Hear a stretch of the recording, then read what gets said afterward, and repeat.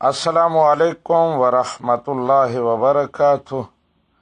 हिजाज मुक़द्दस से कैसर इरफान साहब पूछते हैं कि इहराम की चादरें उम्रा करने के बाद, हज करने के बाद क्या उन्हें किसी और मकसद के लिए इस्तेमाल किया जा सकता है?